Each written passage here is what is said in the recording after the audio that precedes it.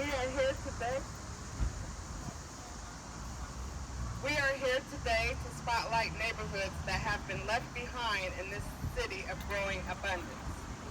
We are here today to once again to ask Mayor Ginther to become a partner with BREAD in restoring the whole of Columbus to health and well-being in this time of crisis.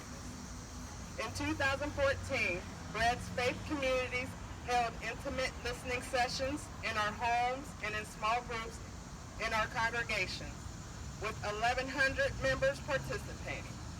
Many shared painful struggles with employment, especially in lower income neighborhoods and especially among people with criminal backgrounds. At our annual assembly in November of that year, 515 BREAD leaders voted to focus on fighting for more and better paying jobs.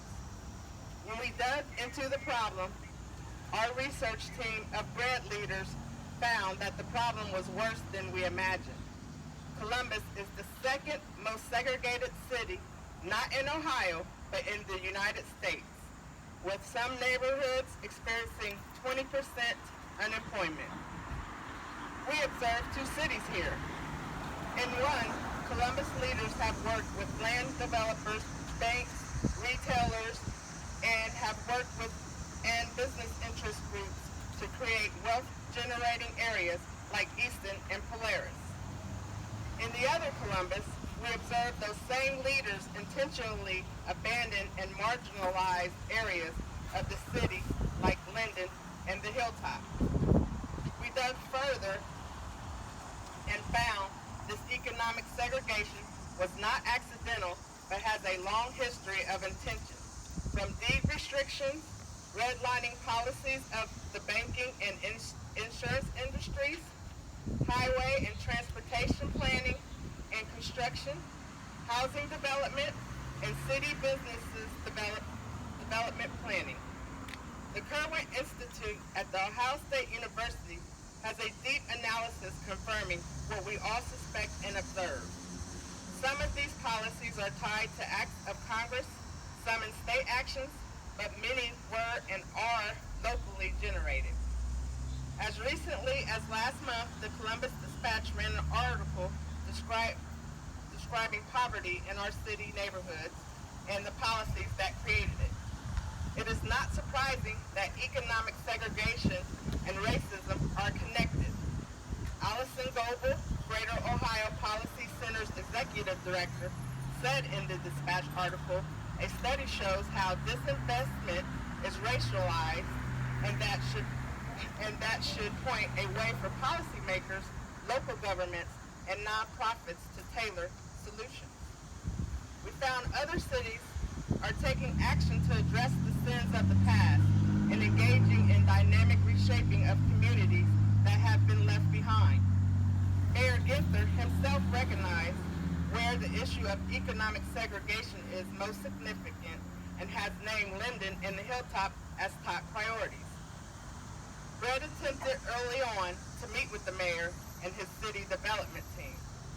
When he refused to meet, we pursued another partner to begin the process, the Ohio State University.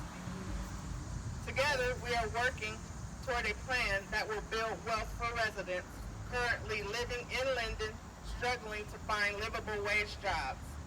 Now referred to as the One Linden Cooperative, we are working to create worker-owned businesses planted in the neighborhood and hiring neighborhood residents. Our vision, driven by the hopes and dreams of our congregation and Linden residents for a restored and renewed city that values all its residents and neighborhoods, is that Mayor Ginther would meet with BREAD to move forward to reinvest in these neighborhoods left behind. We look forward to a renewed city that allows residents of Linden and the Hilltop to live, work, and build wealth in their neighborhood. We look forward to the day when renewal does not mean gentrification that displaces current residents, as has been the case in the Short North, Wyland Park, Victorian Village, or Italian Village.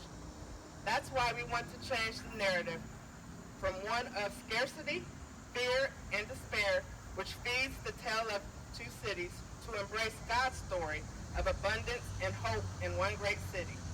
That's how we will love our neighbors.